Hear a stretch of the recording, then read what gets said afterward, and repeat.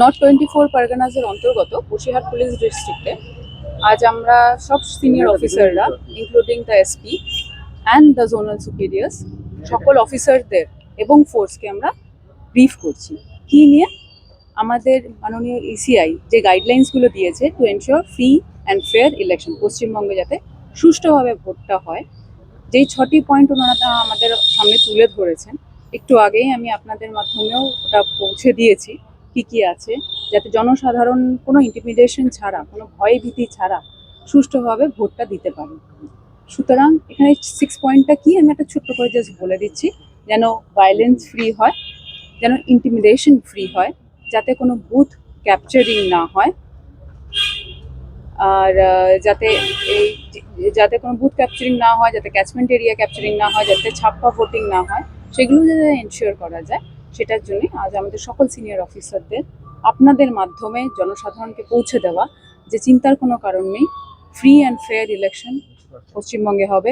বসিরহাটের মানুষের কোনো অসুবিধা হবে না। বসিরহাট মানে এই বসিরহাট পুলিশ ডিস্ট্রিক্টের কথা আমি বলছি, কোনো অসুবিধা হবে না। আমরা আছি, অবজারভাররা আছেন, সেন্ট্রাল ফোর্স এখানে আছেন।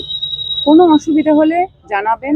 কন্ট্রোল রুম অ্যাক্টিভ হয়ে গেছে, ডিস্ট্রিক্ট কন্ট্রোল রুম আছে, আমাদের অল পার্টি মিটিং সব হচ্ছে একসাথে, যেটা কনফিডেন্স বিল্ডিং সেগুলোও চলছে, আপনারা দেখছেনও, সেটা খবরও পাচ্ছেন। তার সত্ত্বেও যদি আপনাদের মনে হয় যে কোনো জায়গাগুলো আমাদের দেখতে হবে, কিছু আমাদের জানাতে চান, আপনারা নিঃসংকোচে জানাবেন। আমরা আছেন, ডিটেলস গুলো আপনারা পরে পেয়ে যাবেন, আমরা দিয়ে দেবো।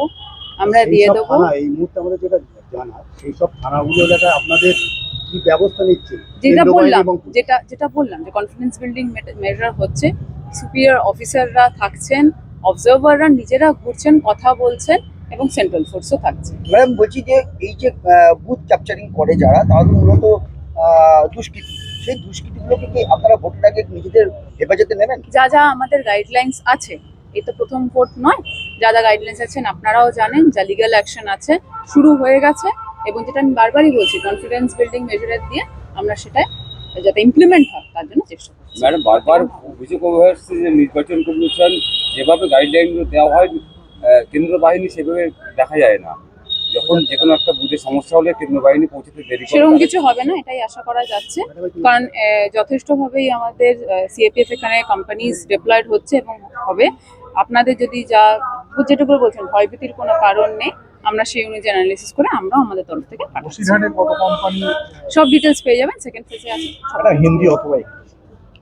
হিন্দি অথবা ইংলিশ, যেটা বলেন।